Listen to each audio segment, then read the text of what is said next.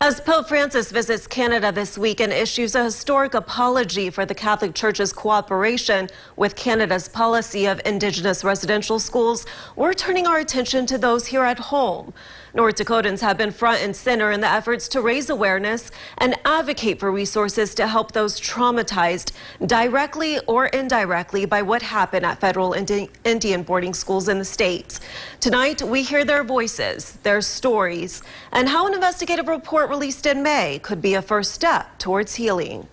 This is the worst of the dungeons that I was told about by elders. Denise Lashmadir's interest in the federal Indian boarding school experience began at home with her own family. My grandfather, Ben Lashmadir, my dad's dad, went to school here. I have a photo of him in 1898 when he was 9 years old. He was sent here, and along with his sister. And then I recently, within the last couple of years, found a record in the State Historical Society of my father having been sent here. Here is the Fort Totten Indian Boarding School, one of the 408 federal Indian boarding schools identified in a government report as operating between 1819 to 1969. On this day, we're visiting parts of Fort Totten, now a state historic site, that are often closed to the public. So this is one of the dungeons. There are two more. Recently, a tribal member from here showed me another, what he called a dungeon across the way, across Cavalry Square. And I remember Papa told me that he went to school here. What he didn't tell me was that he ran away. So he ran away, and then they sent him for, he says, 3 days and 3 nights on a train with his sister to Chemawa, Oregon. The boarding schools often deployed military-style discipline and tactics that stripped the culture and identities of American Indian, Alaska Native, and Native Hawaiian children in a policy of forced assimilation. Denise shared details of her father's boarding school experience. He didn't speak a word of English. He was beaten severely for not speaking English. He said, I just couldn't learn that English. It was a hard language for him to learn. The report also notes, quote, the federal Indian boarding school system at times made older Indian children punish younger Indian children. He was made to lay over a bed, holding his hands and his legs so his back was exposed. And the little boys had to line up behind him and hit him with a belt. And he said it had studs on it. And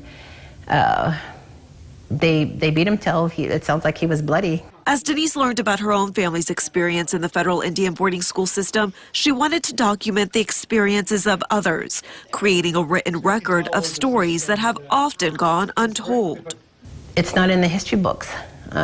Someone said, well, you were written out of the history books. I said, we weren't written into the history books. Denise wrote a book about those boarding school accounts entitled Stringing Rosaries. In the last chapter of my book, I talk about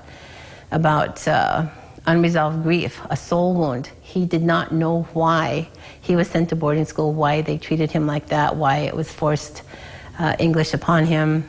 He had to choose a church. He said, I had to choose a church, I wouldn't eat. So he chose a Catholic church.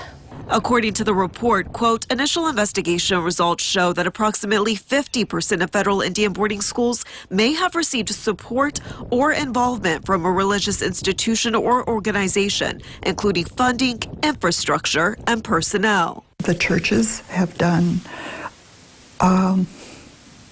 so much trauma, caused so much trauma, caused so much abuse.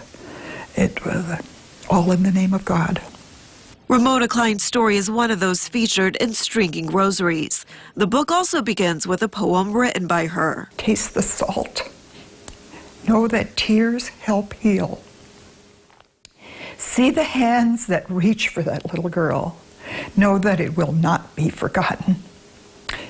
Embrace the love that should have been there. Set me free to live a life without pain. Ramona was one of a handful of boarding school survivors who testified about their boarding school experiences before a House subcommittee in May. Ramona captivating the room during that hearing with her words. I remember seeing my mom crying as she stood and watched 6 of her 8 children being placed on a big green bus and taken to Fort Totten Indian Boarding School in Fort Totten, North Dakota. That image is forever imprinted in my mind and in my heart. As Ramona spoke, Denise sat behind her, listening to every word. So there was a lot of tears. Oh, shoot. There's just still so much hurt that these survivors carry, even though I'm sure they've been through therapy, and some are recovering alcoholics, and but I think it was the start of healing for a nation, for all of the survivors in the United States.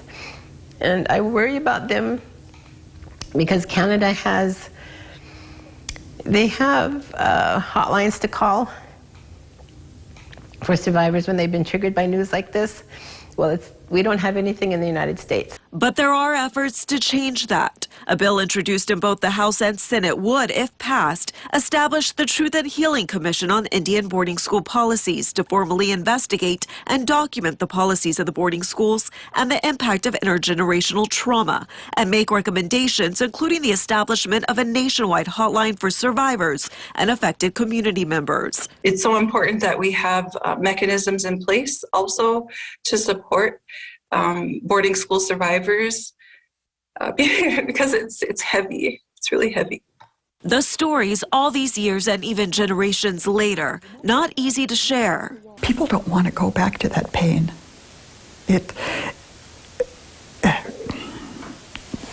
You experience it all over again. Ramona says she still has vivid flashbacks from her time at boarding school, but both Ramona and Denise say they are motivated by a compelling reason to share stories of the boarding school experience with others. Maybe there is a chance that someone or people may hear my voice and know that that trauma still impacts me today. Well, most of them said, tell the world what happened to us. So that's why I keep doing these interviews, because these survivors asked me to tell the world what happened to them. So as hard as this may be on me, it's nothing compared to what they went through as children at these hellholes called boarding schools. And this is one of them where we're at right now. Fort Taunton is one of the worst. Letting the world know so that perhaps from a dark past, there can emerge a more enlightened today and tomorrow. A chance, a beginning to start healing. Okay.